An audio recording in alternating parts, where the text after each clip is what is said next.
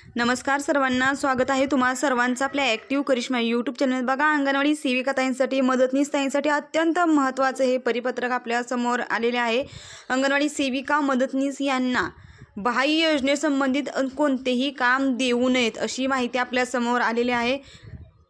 आयुक्त कैलास पगारे सर यांनी हे काढलेलं परिपत्रक आहे आणि तुम्ही दिनांक याची पाहू शकताय 30 जानेवारी 2026 हे परिपत्रक आहे। त्यामुळे या परिपत्रकामध्ये काय नमूद केलं, अंगणवाडी सेविका मदतनीसांना कोणती कामे लागणार आणि कशा पद्धतीने लागणार हे सर्व सविस्तरपणे आपण या व्हिडिओच्या माध्यमातून जाणून घेणार आहोत। व्हिडिओ शेवटपर्यंत पहा आणि आपल्या ॲक्टिव्ह करिश्मा यूट्यूब चॅनलवरती नवीन असाल तर आज आपल्या चॅनलला सबस्क्राईब करून घ्या।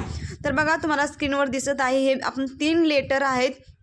या 3 लेटरमध्ये अंगणवाडी सेविका मदतनीसांना कोणते कामे द्यायचे आणि कोणते कामे देऊ नयेत याच्या संदर्भात आदेश निर्गमित करण्यात आलेला आहे। महत्त्वपूर्ण ही माहिती असणार आहे। तर काय म्हटलेलं आहे ह्याच्यात आपण जाणून घेऊया। तर बघा, काय माहिती आहे ते एकात्मिक बाल विकास सेवा योजना आयुक्तालय नवी मुंबई यांच्याकडून काढण्यात आलेले हे परिपत्रक आहे। महिला व बाल विकास विभागाकडून काढण्यात आलेले बघा, दिनांक तुम्ही याची पाहू शकताय 30 जानेवारी 2026 हे परिपत्रक आहे। आणि प्रति बघा हे जिल्हाधिकारी सर्व जिल्हा कार्यक्रम अधिकारी महिला व बाल विकास जिल्हा परिषद सर्व बाल विकास प्रकल्प अधिकारी नागरी प्रकल्प सर्व या सर्वांना हे परिपत्रक पाठवण्यात आलेलं आहे। विषय अत्यंत महत्त्वाचा आहे, ज्याच्यासाठी आपण एवढे दिवस प्रयत्न केले तोच विषय इथं महत्त्वपूर्ण आहे। एकात्मिक बाल विकास सेवा योजनेअंतर्गत कार्यरत असणाऱ्या अंगणवाडी सेविका आणि अंगणवाडी मदतनीस यांना योजनेशी संबंधित नसलेले कोणतेही कामकाज देण्यात येऊ नये अशी माहिती आपल्यासमोर आल्याने हे परिपत्रक आपल्यासाठी अत्यंत महत्त्वाचं आहे। आणि हे परिपत्रकाचा संदर्भ बघा, भारत सरकार महिला व बाल विकास मंत्रालय नवी दिल्ली यांच्या अर्धशासकीय पत्र क्रमांक बघा 11/2/2026 आणि 28 ऑक्टोबर 2025च्या आदेशान्वये काढण्यात आलेला आहे।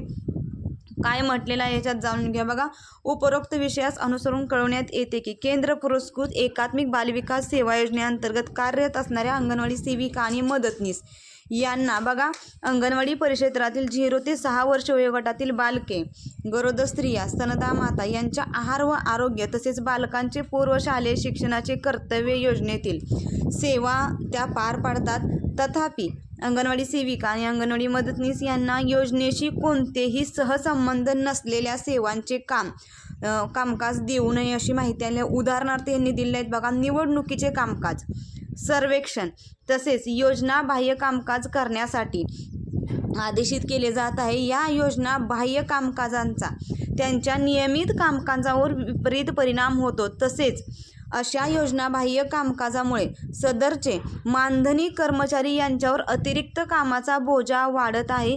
याकरिता येथून पुढे एकात्मिक बाल विकास सेवा योजनेअंतर्गत कार्यरत असणाऱ्या अंगणवाडी सेविका आणि मदतनीस यांना एकात्मिक बाल विकास सेवा योजनेशी संबंधित नसलेल्या कोणत्याही कामकाजासाठी आदेशित करू नये अशा स्पष्ट सूचना केंद्र शासनाने माननीय सचिव महिला व बाल विकास विभाग महाराष्ट्र राज्य यांना अर्धशासकीय पत्राद्वारे कळवलेले आहे। सोबत संदर्भीय पत्राची प्रत देखील जोडलेली आहे, ती आपण प्रत देखील पाहणार आहोत। यास अनुसरून आपणास कळवण्यात येते की येथून पुढे कार्यरत अंगणवाडी सेविका आणि मदतनीस यांना एकात्मिक बालविकास सेवा योजनेशी संबंधित नसलेले कोणतेही कामकाज करण्यासाठी आदेशित करण्यात येऊ नये असा स्पष्ट आदेश कैलास पगारे सर जे आपल्या एकात्मिक बालविकास सेवा योजनेचे आयुक्त आहेत यांच्याकडून हे काढण्यात आलेले आहे। सोबत त्यांनी केंद्र शासनाचे संदर्भीय पत्र देखील जोडलेलं आहे।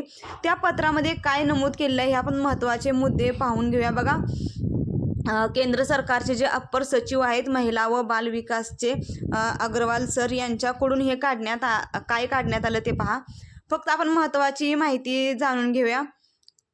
तर बघा, अंगणवाडी सेविका मदतनीस यांना अगोदरच कामाचा भरपूर बोजा असते, त्यांना होम विजिट असते, तसेच त्यांना भरपूर कामे गरोदर स्त्रिया स्तनदा मातांची कामे असतात असे इथं नमूद केलेलं आहे। त्याच्यानंतर तुम्ही खाली पाहू शकताय त्यांना मिशन पोषण 2.0 अंतर्गत भरपूर कामे वाढलेले आहेत। त्यामुळे त्यांना मिशन 2.0चीच फक्त कामे लावावीत। इतर त्यांना इलेक्शन ड्युटीज किंवा इतर जे काही सर्वे आहेत किंवा इतर ज्या काही योजना येतात त्या अंगणवाडी सेविकांकडे त्या कोणत्याही कामे लावू नयेत अशी माहिती आपल्या समोर आलेली आहे।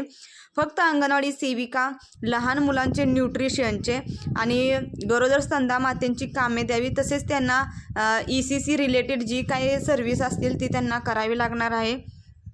अशा पद्धतीने माहिती आपल्यासमोर आलेली आहे. फक्त अंगणवाडी AWW म्हणजे अंगणवाडी सेविका आणि AWH म्हणजे अंगणवाडी मदतनीस यांनी म्हणजे मिशन सक्षम अंगणवाडी आणि पोषण 2.0 याचीच त्यांना कामे द्यावीत अशी माहिती आपल्यासमोर आलेली आहे. आता पुढचं एक पत्र आपल्यासमोर आहे बघा, ते पत्रसुद्धा आपल्यासाठी महत्त्वाचं असणार आहे. या पत्रामध्ये त्यांनी स्पष्टपणे नमूद केलेले आहे, त्यांनी CDPO आणि DPO यांना आदेश काढलेले आहेत की अंगणवाडी सेविका मदतनीस यांना कोणतेही कामकाज म्हणजे योजनाबाह्य कोणतेही कामकाज लावू नये अशी माहिती आपल्यासमोर आलेली आहे. खूपच ताईंनो महत्त्वाची माहिती आहे. आपण खूप दिवसांपासून या माहितीसाठी आपण झगडत आलो आहे, कारण की आपल्या सर्वांना माहिती आहे की कोणतीही योजना आली, काहीही काम आलं की अंगणवाडी सेविकेंना ते सर्व करावे लागते.